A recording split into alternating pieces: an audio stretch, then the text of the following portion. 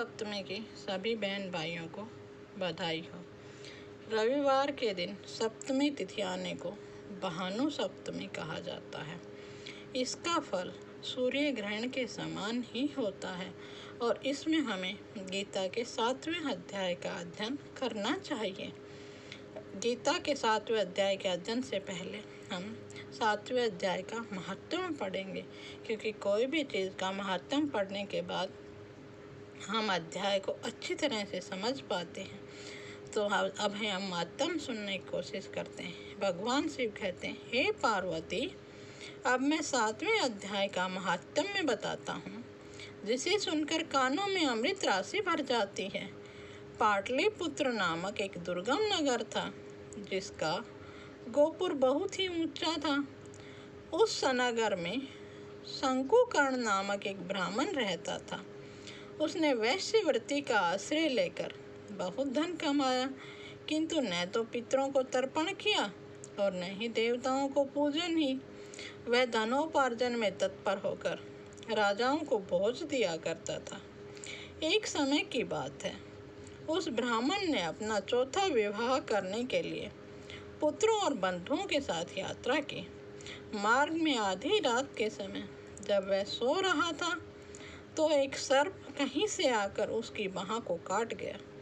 उसके काटते ही ऐसी अवस्था हो गई कि मणिमंत्र, औषधि आदि से भी उसके शरीर की रक्षा असाध्य जान पड़ रही थी।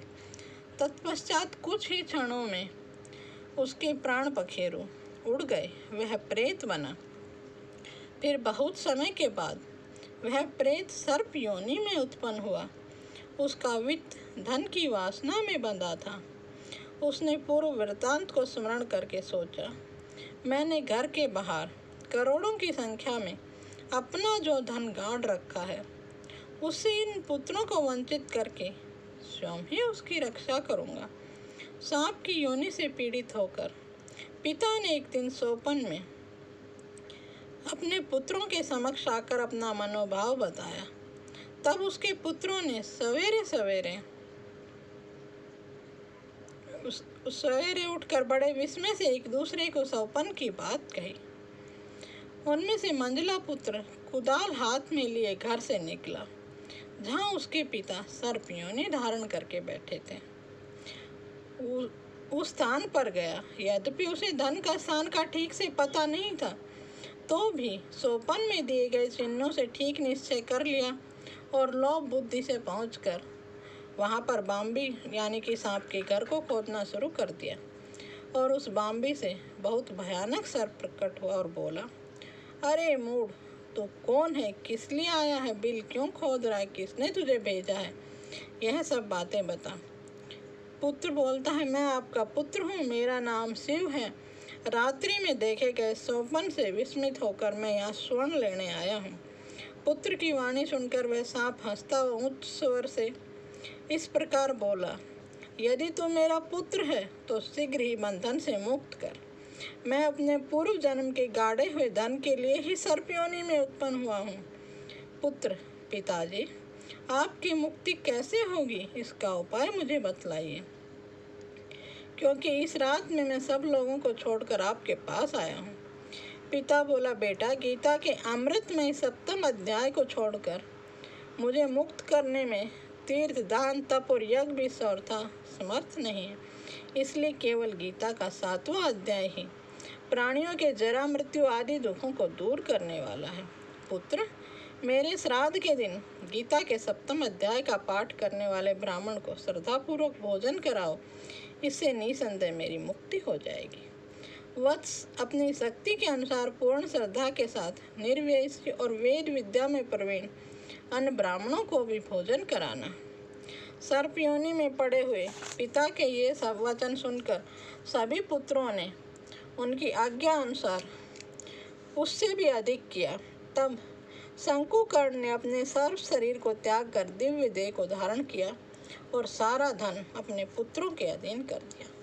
पिता ने करोड़ों की संख्या में जो धन उनमें बांट दिया था, उससे वे बहुत प्रसन्न हुए। उनकी बुद्धि धर्म में लगी हुई थी, इसलिए उन्होंने बावली, कुआं, पोखर, यज्ञ, देव मंदिर के लिए धन का उपयोग किया और अन्नशाला भी बनवाई, तत्पश्चात 7वें अध्याय का सदा जप करते हुए उन्होंने मोक्ष को प्राप्त किया। हे पार्वती, यह तुम्हें 7वें अध्याय का महत्व बन रहा है, जिसके श्रवण मात्र से मनुष्य सब पातकों से मुक्त हो जाता है।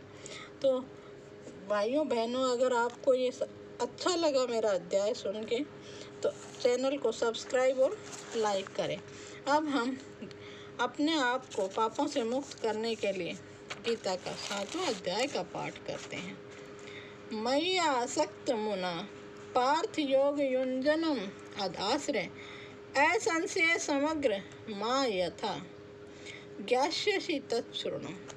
श्री भगवान बोले, हे पार्थ, अनन्य प्रेम में से मुझ में आसक्ति चित तथा अनन्य भाव से मेरे पारायण होकर योग में लगा हुआ तू जिस प्रकार से संपूर्ण विभूति, बल, ऐश्वर्य आदि गुणों से युक्त सबके आत्म रूप मुझको संशय रहित जानेगा, उसको तू सुन।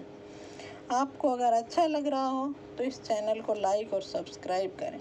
अब हम दूसरा श्लोक पढ़ेंगे। ज्ञानम तेहम स विज्ञानमिदं वक्ष आम ऐसे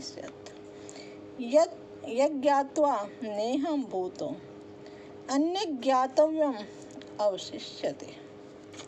मैं तेरे लिए इस विज्ञान सहित तत्व ज्ञान को संपूर्णतया कहूँगा, जिसको जानकर संसार में और कुछ भी जानने योग्य नहीं रह जाता है।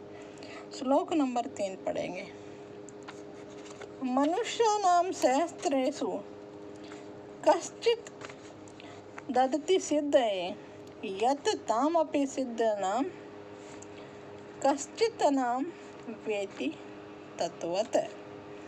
अब हम तीसरे श्लोक का हिंदी सार पढ़ेंगे।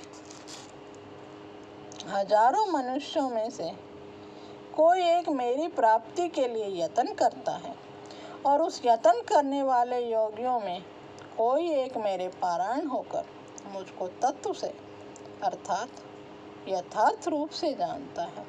अगर भाई बहनों आपको अच्छा लग रहा हो तो मेरे चैनल को लाइक और सब्सक्राइब करें। अब हम श्लोक नंबर 4 और 5 को पढ़ेंगे।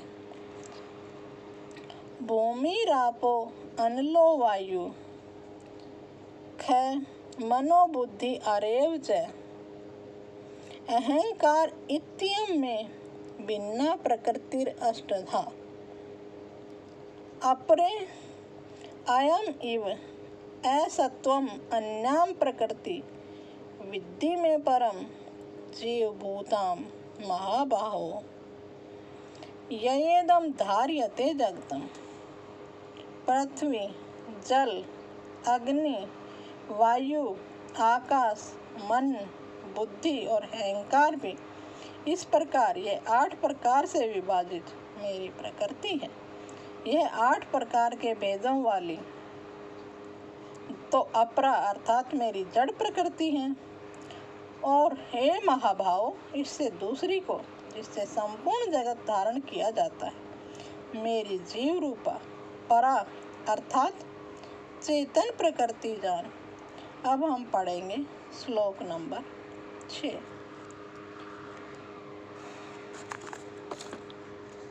एतद्ध्वनिनि भूतानि सर्वाणि इत्युपधार्ये अहं कृत सन्न से जगतं प्रभे प्रलय सतदा। हे अर्जुन, तू ऐसा समझ कि संपूर्ण भूत इन दोनों प्रकृतियों से ही उत्पन्न होने वाला है, और मैं संपूर्ण जगत का प्रभय तथा प्रलय हूँ। जो पिछले श्लोक में 2 प्रकृतियाँ बताई गई थी उन्हीं का वर्णन कर रहे हैं कि एक तो मेरी जड़ प्रकृति है और एक उससे भिन्न मेरी चेतन प्रकृति है।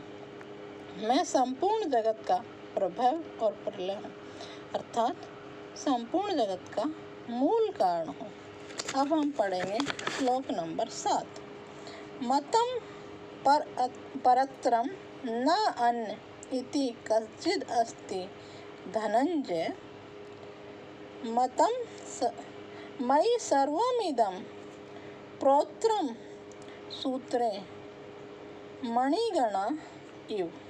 हे धनंजय, मुझसे भिन्न दूसरा कोई भी परम कारण नहीं है।